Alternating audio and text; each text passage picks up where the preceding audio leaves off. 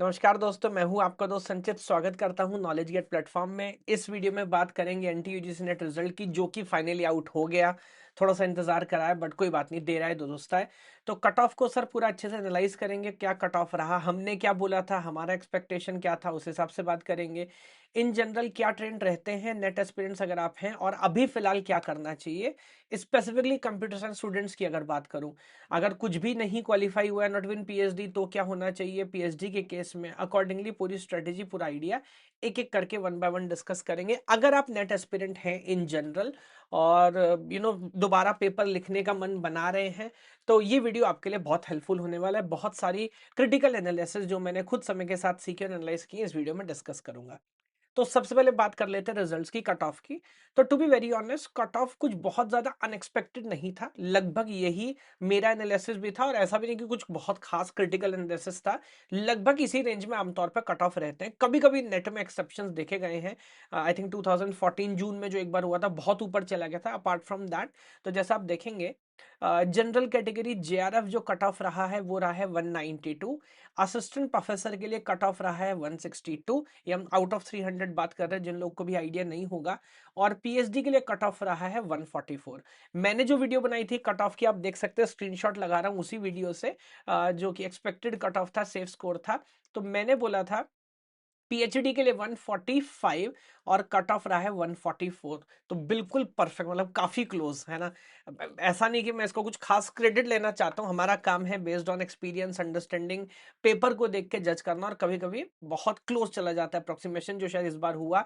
PhD के लिए मैंने बोला था 165 कट ऑफ रहेगा, और यहाँ पर जो, सॉरी, असिस्टेंट प्रोफेसर के लिए कट ऑफ रहा है 162। तो जस्ट 3 नंबर का अंतर है, वेरी क्लोज। जेआरएफ के लिए रहा है 192, और मैंने बोला था 190, है ना। तो कट ऑफ की बात करें, सारे कट ऑफ आपको नजर आ रहे हैं, किस कैटेगरी में कितने स्टूडेंट्स ने क्वालिफाई किया है। तो जैसे अगर आप देखेंगे, जनरल कैटेगरी अंदर only 53 students have qualified overall. सिर्फ 147 जेआरएफ इस बार हुए हैं कंप्यूटर साइंस से। 1870 हमारे असिस्टेंट प्रोफेसर के लिए क्वालिफाई हुए हैं all over India. Computer science category के अंदर 3830 students have qualified for PhD. तो ये तो फैक्चुअल डेटा है, एनालिसिस मैंने आपको बता दिया। एक बार इन जनरल भी बोल देता हूं, मेरी जो आमतौर पे एनालिसिस रहती है, अगर जैसा पेपर हर बार आता है लगभग ऐसा आता है, तो इन जनरल इस बार जैसे 192 ही रहा है।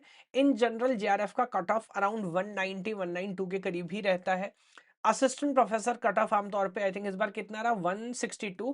मैं मानता हूं 164 के अराउंड आमतौर पे रहता है। पीएचडी अगेन 150 रेयरली टच करता है, इट इज अराउंड 145। और अगर आप किसी स्पेसिफिक कैटेगरी से हैं, तो आप यहाँ पे टेंटेटिव कट ऑफ देख सकते हैं। बिकॉज मैं इन जनरल इसलिए भी बात कर रहा हूँ, सर अभी तक नहीं लिखा है but we are planning to write NET exam, तो भाई ये कट ऑफ है, इसको लिख के रख लो।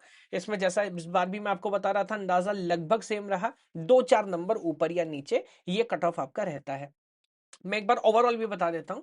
ओवरऑल आप ट्रेंड देख सकते हैं, एवरेज देख सकते हैं। तो इस बार लगभग 9,92,000 स्टूडेंट्स ने अप्लाई किया था, सिर्फ 7,35,000 बच्चे ही पेपर लिखने पहुंचे, जो कि 70-75% के बीच में हर साल रहता है। तो 25-30% गोल हो जाते हैं पहले ही। उसके बाद पीएचडी जो क्वालिफाई हुआ है इस बार, 1,17,000 बच्चों ने ओवरऑल क्वालिफाई किया, अगर हम सारे 85 सब्जेक्ट्स की बात कर लें, जो कि लगभग 15-16% है। ये भी टिपिकल रेंज में है, आप पुराना रिकॉर्ड भी देख सकते हैं। असिस्टेंट प्रोफेसर 54,000 स्टूडेंट्स ने क्वालिफाई किया है, एंड 5,000 ने क्वालिफाई किया है जेआरएफ, और सारे नंबर्स इस बार, और एवरेज भी आप देखेंगे अप्रोक्सीमेट रेंज में है। तो अगर आपको नेट का अंडरस्टैंडिंग नहीं है, ये टेबल आपके लिए बड़ा हेल्पफुल है, आपको एक ओवरऑल आइडिया समझ आ रहा है कि हाँ सर ठीक है, कितना कॉम्पिटिशन रहता है, तो आप समझेंगे। और ये जो परसेंटेज मैं आपको बता रहा हूँ, ये ओवरऑल पे नहीं बता रहा, मैं उन स्टूडेंट्स पे ही बता रहा हूँ जितने पेपर लिखने पहुंचे। तो जितने लोग पेपर लिखते हैं, आमतौर पे कुछ 16 से 17% बच्चे ही पीएचडी क्वालिफाई कर रहे हैं। तो ये कोई बहुत आसान काम नहीं है, टफ काम है। अराउंड 7-7.5% बच्चे ही इन जनरल असिस्टेंट प्रोफेसर के लिए क्वालिफाई करते हैं। दो स्टैंडर्ड 6 का है, बट आमतौर पे 7-7.5 के करीब ये नंबर रहता है। और 1% का स्टैंडर्ड है, बट आमतौर पे 0.7 के करीब रहता है, इवन इन सीएसआईटी ऑल्सो। अगर मैं सीएसआईटी की बात करूं अप्रोक्सीमेशन में, तो लगभग 40,000 आप मान लो बच्चे हर साल रजिस्टर करते हैं, जिसमें से 27-28,000 बच्चे पेपर लिखने पहुंचते हैं। Out of them 4,500 around PhD के लिए क्वालिफाई करते हैं, 2,000 अराउंड पीएच असिस्टेंट प्रोफेसर के लिए क्वालिफाई करते हैं, और 150 से 200 बच्चे सिर्फ जेआरएफ के लिए क्वालिफाई करते हैं। तो और ये मोरलेस डेटा है। तो अगर आपने एग्जाम लिखा है और आपको भी अंडरस्टैंडिंग नहीं है लेवल ऑफ कंपटीशन क्या है, तो आपको जान लेना है। और अगर आप लिखने की सोच रहे हैं तो आपको समझ लेना है कि कितना कंपटीशन है। तो अगर किसी का कुछ भी क्वालिफाई नहीं हो तो हंसीएगा मत, देखने में लगता है क्या 50% नंबर भी नहीं आए, हाँ, क्योंकि 15% बच्चे ला पा रहे हैं, 50% भी। पेपर बहुत वाइड है, पेपर बहुत टफ है ना। तो ये एनालिसिस हमने कर लिया, मैंने थोड़ा सा जनरल ट्रेंड आपको बता दिया। अब एक बार पहले बात कर लेते हैं जिन लोगों ने पेपर इस बार लिखा है और अलग अलग सिनेरियोज जो रहे हैं, उस केस में अभी आपको क्या करना चाहिए मेरी अंडरस्टैंडिंग से। ओके, तो सबसे पहली कैटेगरी हो सकती है वो स्टूडेंट जो बोल रहे सर हम किसी में भी नहीं आए, neither PhD nor assistant professor not JRF. तो मैंने डेटा के बेस में आपको बता दिया, इसमें परेशान होने की बिल्कुल जरूरत नहीं है ना। फर्स्ट ऑफ ऑल कॉन्ग्रेचुलेशन कि आप पेपर लिखने पहुंचे थे, क्योंकि ऑलरेडी इसका मतलब आप टॉप 70% में 30% तो पेपर लिखने भी नहीं पहुंचते। उसके बाद आप देख रहे हैं सिर्फ 15% बच्चे ही क्वालिफाई कर पा रहे होते हैं, तो इसमें कोई बहुत अजीब बात नहीं है। अब बजाय इसके कि आप ये समझे कि क्वालिफाई नहीं हुआ है ना, अब बस बच्चे बोलते हैं सर क्वालिफाई नहीं हुआ क्या करना है, भाई वो तो सबको पता है क्वालिफाई नहीं हुआ। आपको कुछ क्वेश्चंस पूछने पड़ेंगे आपसे, जैसे मैं कुछ इंपॉर्टेंट जो आमतौर पे मुझे प्रॉब्लम नजर आती है, syllabus coverage. Paper one and paper two, वो समय गया कि पेपर वन तो सर टच ही नहीं किया था। क्या paper one plus paper two 20 की 20 यूनिट में कितना पढ़ा था आपने? सारा पढ़ा था तो देखना पड़ेगा, क्वालिटी शायद उतनी अच्छी नहीं थी। और अगर सिलेबस छोड़ के गए थे तो फिर आपको खुद से क्वेश्चन पूछना पड़ेगा कि क्या सीरियसली अटेम्प्ट कर पाए थे, नहीं तो फिर दोबारा से कोशिश करनी है। आपको देखना पड़ेगा पीवाई क्यू क्वेश्चन, जो मैं हमेशा चिल्ला चिल्ला के बोलता हूँ। बच्चे बोलते हैं ये टेस्ट सीरीज चाहिए, एडिशनल क्वेश्चन चाहिए, भाई पीवाई क्यू कर लिए क्या? लास्ट 10-15 साल के अगर आप पीवाई क्यू करके चले जाओ, कोई कारण नहीं है कि आप जेआरएफ के लेवल तक ना पहुंचो। मैं तो क्लियर कट बोलता हूँ, हर बार बोलता हूँ। तो आपको देखना पड़ेगा पीवाई क्यू कितने सॉल्व किए। आपको देखना पड़ेगा रिवीजन एंड टेस्टिंग, क्या मॉक टेस्ट लिखे हर यूनिट का कम से कम एक, या ओवरऑल कम से कम 2 से 3 मॉक टेस्ट। बिकॉज सिर्फ नॉलेज नहीं, वो एक्सपर्टीज की पेपर ऐसे कैसे अटेम्प्ट करना है उसके ऊपर आपकी क्या अंडरस्टैंडिंग है, उस पर सवाल। सिर्फ सेल्फ स्टडी किया था क्या सर, ये यूट्यूब से देख लेंगे, खुद से पढ़ लेंगे, या प्रॉपर कोचिंग गाइडेंस लेके आपने प्रिपेयर की? जब ये सारे क्वेश्चन आप अपने आप से पूछेंगे, और अगर इसमें से एक दो क्वेश्चन भी ऐसे हैं जिसका जवाब ना है, तो आपको समझ आता है। देखिए मैं बोलता हूँ इन जनरल भी बात कर लो ना, आपको पहले बैठ के समझना है सर इंप्रूवमेंट का स्कोप है कि नहीं। सर जो किया जा सकता था वो कर लिया था, सारा सिलेबस पढ़ लिया था, सारे पीवाईक्यू क्वेश्चन सॉल्व कर लिए थे, टेस्ट भी लिख लिए थे, प्रॉपर कोचिंग लेके प्रॉपर गाइडेंस लेके किया था। फैक्ट है ऐसा नहीं होगा, कुछ ना कुछ पक्का गड़बड़ है। उस गड़बड़ पे सोचो, उस पे काम करो, एंड देन देखो कितने नंबर से आपका रहा। अभी ऐसा नहीं कि डायरेक्ट जेआरएफ सोचना है, हो जाएगा वो भी, साल में 2 बार पेपर हो रहा है, कोई बड़ी बात नहीं है। मेरे ख्याल से जब मैं देखता हूँ बच्चों की जर्नी ना, जब बच्चा सीरियसली प्रिपेयर करता है तब भी 1 साल लग जाता है। पहले टाइम में या तो पीएचडी या तो नेट क्वालिफाई होता है, फिर अगले टाइम में जाके जेआरएफ क्लियर हो रहा होता है ना। तो ये एक आइडिया आपको नोटिस करना है। ये कैटेगरी मेरे को लगता है सबसे क्रूशियल है। पीएचडी हो गया है, qualified for PhD but not qualified not net, और ज्यादातर बच्चे इस फ्रेम में फंसे रहते हैं। बेसिक अंडरस्टैंडिंग है, बेसिक फ्रेमवर्क क्लियर है, लेकिन वही 5 से 7 नंबर का गेम है सर, 5 से 7 क्वेश्चन का, आई एम सॉरी, 10 से 15 नंबर का गैप है। ये आप पार कर लोगे तो आप अगली बार नेट हो जाओगे। इस बार भी हो सकते थे। क्या सिलेबस में कुछ पॉइंट छूट गए थे क्या? पक्का कुछ यूनिट ऐसी रही होंगी जिनके सारे टॉपिक अच्छे से आपने कवर नहीं किए। क्या पीवाईक्यू पे सॉलिड अंडरस्टैंडिंग के नहीं थी, प्रॉपर प्रैक्टिस नहीं की, गैप हो जाते हैं बीच बीच में, 1 महीना पढ़े फिर 15 दिन नहीं पढ़े। बहुत सारे फीमेल्स यहाँ पर रहते हैं, मेरी बात हो रही होती है, फैमिली की रिस्पॉन्सिबिलिटी है, कुछ लोग ऑलरेडी टीचिंग में है, बहुत सारे pressure. I totally understand, but examiner को ये बात नहीं समझ आती, उसको तो आपको आपके नॉलेज पे चेक करना है। सेल्फ स्टडी किया था, ये गाइडेड स्टडी की थी। जब आप इसमें इंट्रोस्पेक्ट करेंगे, ट्रस्ट मी, आप बस बॉर्डर लाइन पे है, बहुत आसान है यहाँ से गेट के नाम सॉरी नेट क्वालिफाई करना। तो विचार करिए इस बारे में। फर्स्ट ऑफ ऑल अगर आप असिस्टेंट प्रोफेसर के लिए क्वालिफाई हो गए तो कॉन्ग्रेचुलेशन, है ना। ऑलरेडी जैसे मैंने आपको डेटा से बताया, हार्डली 7% बच्चे जिन्होंने पेपर अटेम्प्ट किया वो ये क्वालिफाई कर रहे होते हैं, तो कॉन्ग्रेचुलेशन। और लाइफ टाइम अब आप यहाँ पे एलिजिबल हो जाते हैं इंडिया में एज असिस्टेंट प्रोफेसर पढ़ाने के लिए। बट सवाल ये है, अगर एज लिमिट बची हुई है और अगर पीएचडी आगे करना और रेप्यूटेड कॉलेज से करना है, आईआईटी से करना है, एनआईटी से करना है, आईएससी से करना है, तो 10 से 15 नंबर अभी आप दूर हैं जेआरएफ से। वो कैसे अचीव होगा? तो अगेन देखना पड़ेगा क्या सारा सिलेबस अच्छे से कवर था क्या। अगर इतनी पढ़ाई से असिस्टेंट प्रोफेसर हो सकता है, आप भी जानते हैं थोड़ी कसर बाकी है, थोड़ा और करेंगे तो पहुंच सकते हैं जेआरएफ तक। आपको सोचना पड़ेगा टेस्ट सीरीज पे ध्यान दिया कि नहीं दिया, बार बार रिवीजन। एंड ट्रस्ट मी, यहां जो आप लोग फंसे हैं ना, पूरा गेम होता है सर प्रॉब्लम सॉल्विंग का। मेरी बात लिखवा लो, अपने दिल पे हाथ रख के पूछ लो, जितने ज्यादा प्रीवियस ईयर क्वेश्चन सॉल्व करोगे, जितने ज्यादा प्रॉब्लम सॉल्विंग करोगे, उतनी ज्यादा क्लैरिटी आएगी, बहुत सॉलिड चांस होंगे जेआरएफ निकालने के। और कोई बहुत अजीब बात नहीं है, मेरे पास ऐसे स्टूडेंट्स हैं जो 230 नंबर लेके आ रहे हैं। तो ऐसा नहीं कि जेआरएफ 192 या 195 पे कट ऑफ लग रहा है बस उसे टच कर जाए। आप तैयारी करो 220 230 नंबर की। कैसे नहीं आते, आते हैं, आए हैं, हर साल आते हैं बच्चों के, है ना, ये बोलूंगा। और अगर ऑलरेडी आप एज लिमिट पार कर चुके हैं जेआरएफ की, तो अब आपको फोकस करना चाहिए अपने करियर के ऊपर। आपको देखना चाहिए गवर्नमेंट वैकेंसीज की, गवर्नमेंट जॉब की तैयारी करनी है। क्योंकि प्राइवेट में क्या हाल है, मैं डे टू डे पे बात कर रहा होता हूँ, सब लोग जानते हैं। और मैं नंबर नहीं बोलना चाहता, बट क्या मिल रहा होता है, एवरीबडी इज नो दैट।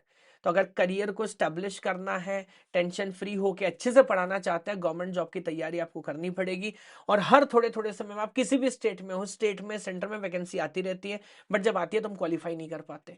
तो हमें लगातार अपनी नॉलेज को एनहेंस करते रहना है, बनाए रखना है, सो दैट जब वैकेंसी आए हम उसको क्लियर करें। आखिरी बात उन लोगों की जो जेआरएफ क्वालिफाई कर गए, तो आप ऑलरेडी इंडिया के टॉप 100 150 स्टूडेंट्स में से हैं। आप जिस भी कैटेगरी में यहाँ पर आ रहे हैं, सिनेरियो 1 से सिनेरियो 4 में, वीडियो पे कमेंट जरूर करिएगा। कॉन्ग्रेचुलेशंस। लेकिन मैं फिर आपसे बोलूंगा, लड़ाई अभी शुरू हुई है। जितना पढ़ते जाएंगे गेम आगे और उतना इंटरेस्टिंग होता जाएगा। सबसे पहले इंश्योर करिए, ज्यादातर लोग मैं यहाँ पे जो देखता हूँ ना, उनकी थॉट प्रोसेस रहती है सर घर के पार का पास वाला ये वाला कॉलेज मिल जाए, सर ये वाला कॉलेज होगा तो बहुत अच्छा हो जाएगा। नहीं, बड़ा सोचिए। आप लोगों के लिए भारत सरकार सीटें फिक्स करके रखती है, 50% से ज्यादा सीटें आपके लिए फिक्स्ड है। तो आप आईआईटी के बारे में सोचिए, आईआईसी बेंगलोर के बारे में सोचिए, टॉप एनआईटी सेंट्रल यूनिवर्सिटी के बारे में सोचिए, और वहां से जाके पीएचडी करिए। और पीएचडी सिर्फ पीएचडी करने के लिए मत करिए, कुछ सच में क्रिएटिव करने की कोशिश करिए। कंप्यूटर साइंस में बहुत अपॉर्चुनिटीज है ना। तो बहुत सारी चीजें आप कर सकते हैं। तो ये बात हुई हमारी एनालिसिस की। एक बार जल्दी से बता देता हूँ क्या सिलेबस क्या है, जिन लोगों ने अभी अटेम्प्ट नहीं किया या फर्दर अटेम्प्ट करेंगे। भाई 10 यूनिट पेपर 1 में है, 10 यूनिट पेपर 2 में है। टोटल हमारा 50 क्वेश्चन आते हैं पेपर 1 से, 100 क्वेश्चन आते हैं पेपर 2 से। पेपर 1 हमारा जनरल है, कॉमन है अक्रॉस ऑल द 45 सब्जेक्ट, जिसमें नेट एग्जाम कंडक्ट होता है। पेपर 2 हमारा कंप्यूटर साइंस का सब्जेक्ट स्पेसिफिक 10 यूनिट्स यहाँ पर है। 50 plus 100 total 150 question multiply by 2, 300 marks का पेपर, और 180 मिनट ही आपको मिलता है। आपको ये भी समझना पड़ेगा, 150 क्वेश्चंस के लिए 180 मिनट मिले, यानी कि हर क्वेश्चन के लिए आपको 1 से 1.5 मिनट मिल रहा होता है ना। फिर भी मैं मान लेता हूं कि 1.5 मिनट आप पकड़ लीजिए, क्योंकि सारे क्वेश्चन कोई नहीं कर रहा इन जनरल, है ना। थोड़े कम क्वेश्चन करके भी हमारा काम हो जाता है। प्रॉब्लम क्या होती है, हमने भी नेट का कोर्स चलाया था, हम बताते हैं कि हमारे बच्चे रिलेटिवली इतना अच्छा क्यों कर पा रहे हैं। उसके 2 3 रीजन है। पहला तो हमारा गोल स्लाइडर, है ना। आप चाहो तो मैं आपको लाइव डेमो देख के भी दिखा सकता हूँ। तो हमारे नेट कोर्स के अंदर आएंगे, आप देख रहे हैं कि कट ऑफ जो है वो बड़े ड्रास्टिकली वेरी करते हैं, है ना। एसटी कैटेगरी के अंदर नेट का कट ऑफ या पीएचडी को कट ऑफ बहुत कम है। जनरल कैटेगरी के अंदर जेआरएफ का कट ऑफ 192 पे गया है। तो हमारे सिस्टम में आप देखेंगे, आपको यहाँ पर मिलेगा गोल स्लाइडर। और गोल स्लाइडर का पूरा गेम क्या है, आपका जो भी गोल है, जितने मार्क्स एक्चुअली आप टारगेट कर रहे हैं, कितना सिलेबस आप कंप्लीट करना चाहते हैं, वहां पर आप क्लिक कर सकते हैं। जैसे ही आप अपना गोल वहां पर सेट करेंगे, ऑटोमेटिकली जितने सिलेबस टेस्ट या क्वेश्चन है उसमें से वो टॉपिक्स हम ये देखिए, जैसे बोल रहा है this is not part of your current goal, वो ऑटोमेटिकली टॉपिक्स आपके हट जाएंगे। तो कोर्स अपने आप को आपके गोल के हिसाब से यहाँ पे कस्टमाइज कर रहा है। क्योंकि अगेन हो सकता है ना सर, अभी मेरा टारगेट पहले पीएचडी क्वालिफाई करने का, मेरे को सब कुछ नहीं पढ़ना, मेरे को डिफिकल्ट नहीं पढ़ना। तो ये पहली सबसे बड़ी प्रॉब्लम हम यहाँ पर बच्चे की सॉल्व कर रहे हैं गोल स्लाइडर से। दूसरा प्रॉब्लम है सर अपने आप में सिलेबस। फैक्ट ये सिलेबस इतना बड़ा है, और क्या हर जगह से सब कुछ पूछ रहा है क्या, सर नहीं पूछ रहा। There are specific topic tricks हैं बहुत। अगर आप एक बार सही तरह से पैटर्न पकड़ना सीख गए, कहां से क्वेश्चन आता है, वही क्वेश्चन बैक टू बैक घुमा फिरा के रिपीट करते हैं। तो हमारे कोर्स में आप देखेंगे हॉटस्पॉट्स आपको मिलेंगे, पूरा एआई यूज करके हमने एक एक क्वेश्चन मैप करके वैल्यू कैलकुलेट की है। तो इन जनरल मैं आपको बता रहा हूँ, फॉर एग्जाम्पल आप ड्रैग करते रहिए, लेट मी से कोई भी सब सॉफ्टवेयर इंजीनियर उठा लेते हैं, 10% ऑफ द क्वेश्चन पूरे एग्जाम में यहाँ से पूछे गए हैं, वेरी गुड। तो वेटेज लगभग लगभग ठीक है, बट उसके अंदर आप देखेंगे तो अब देखिए मैं इसको गोल को थोड़ा आगे सेट कर देता हूँ ताकि सारी चीजें मैं ओपन कर पाऊँ। अब इसके अंदर आप देखेंगे तो सॉफ्टवेयर के अंदर किस यूनिट से क्या क्या पूछा गया, कितने परसेंट क्वेश्चन। आपको पता है क्वालिटी इतनी इंपॉर्टेंट नहीं है, आपको पता है एस्टिमेशन शेड्यूलिंग इतनी इंपॉर्टेंट नहीं, बट आपको पता है टेस्टिंग इंपॉर्टेंट है, आपको पता है डिजाइन इंपॉर्टेंट। डिजाइन के अंदर सर क्या इंपॉर्टेंट है, डिजाइन के अंदर आप देख रहे हैं यहां से कोई क्वेश्चन ही नहीं पूछा गया, पैटर्न से नहीं, मल्टी से नहीं, आर्किटेक्चर से नहीं।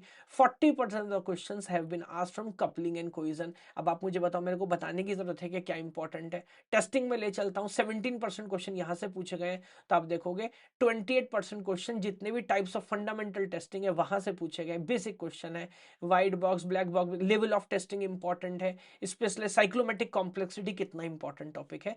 तो ये पूरा हमने यहाँ पर मैपिंग करके रखा है, जिससे आपकी प्रिपरेशन बहुत आसान हो जाएगी, कम से कम एफर्ट में आप यहाँ पर सेलेक्ट हो पा रहे होंगे।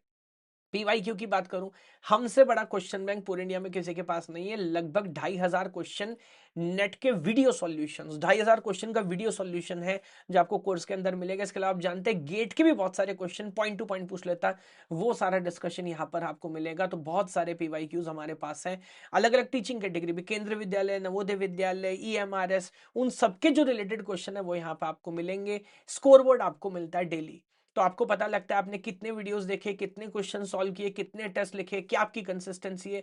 इस बेस पे स्कोर बोर्ड है। इस बार हमारे बैच का जो टॉपर है वो हमारे स्कोर बोर्ड का भी टॉपर था, तो आपको पता है कि बैच में मेरी रिलेटिव परफॉर्मेंस क्या चल रही है। मुझे और पढ़ाई करनी है और क्वेश्चन सॉल्व करना है, और मेरी रैंक जब बैच में बेटर चलेगी, एक हेल्दी कॉम्पिटेटिव एनवायरमेंट मिलेगा, तो नेट में भी बेटर आएगी, है ना। हर यूनिट के बाद आपको मॉक टेस्ट मिलेगा, फुल लेंथ मॉक टेस्ट आपको मिलेंगे, ताकि आप समझते रहें कि आपकी तैयारी कैसी चल रही है।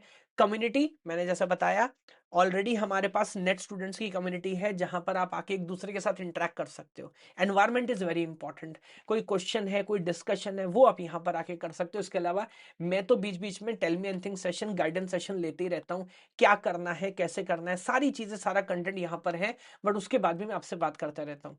सेपरेट रिकॉर्डिंग्स भी आपको मिलेंगी, जहां पर स्पेसिफिकली मैंने टू द पॉइंट बात किया, बिना हंसी मजाक के। एजेंडा ये है सर, कम से कम टाइम में आपका जो एग्जाम है वो क्वालिफाई हो। ये कैलेंडर अभी हम फॉलो कर रहे हैं ऑलरेडी। आज 4-5 फरवरी हो चुके हैं, नोटिस करिए। 1 फरवरी से 31 मार्च तक हमें सिलेबस कंप्लीट करना है। हम एडवाइस कर रहे हैं बच्चे को कि इस ऑर्डर में आप पढ़ते जाए, लगभग कितना कितना समय देना है, जितना वेटेज इस यूनिट का है। यही पूरा गेम है। सही वेटेज के साथ बच्चा क्वालिफाई क्यों नहीं कर रहा है, या तो एक टॉपिक जरूरत से कम पढ़ रहा है, या तो टॉपिक जरूरत से ज्यादा पढ़ रहा है। दोनों ही केस में नुकसान हो रहा है। बच्चा कह रहा है मैं तो पढ़ा था भाई, जरूरत नहीं थी, ये जो टॉपिक आपने ज्यादा पढ़ लिया, इतने क्वेश्चन नहीं पूछे जाने यहाँ से। तो स्मार्ट स्टडी करना है, आपको पता होना चाहिए क्या पढ़ना है। जो उसके अंदर में हमने डिटेल में सिलेबस ये शेड्यूल बनाया, 1 फरवरी से 11 फरवरी तक रोज क्या पढ़ना है, कितना कितना पढ़ना है, सारी चीज यहाँ पर हम प्रोवाइड कर रहे हैं। तो अगर आप सीरियस एस्पिरेंट हैं, आपको मेरी बात समझ आ रही है कि क्या वो क्रूशियल पॉइंट्स है जिस पे अगर काम करें तो नेट आराम से क्लियर किया जा सकता है और आगे बढ़ा जा सकता है, हमारा कोर्स आप एनरोल कर सकते हैं। और जो बच्चे इस बार भी सक्सेसफुल हुए हैं, आने वाले टाइम में जैसे रिजल्ट आउट होगा उनके बारे में भी डिटेल्स में आगे शेयर करूंगा। यस, बाकी कोर्स का लिंक आपको वीडियो के डिस्क्रिप्शन में है। अगेन, अगर आपको क्वालिफाई नहीं हुआ है तो मैंने बताया ये एक नॉर्मल बात है, इसमें कोई बहुत अजीब बात नहीं है। Percentages are relatively very low, तो परेशान मत होइए, देखिए कहाँ गड़बड़ है और उस पर सुधार कीजिए। ठीक है, चलिए sir, thank you so much. Course का लिंक आपको वीडियो के डिस्क्रिप्शन में मिलेगा। जय हिंद, जय भारत।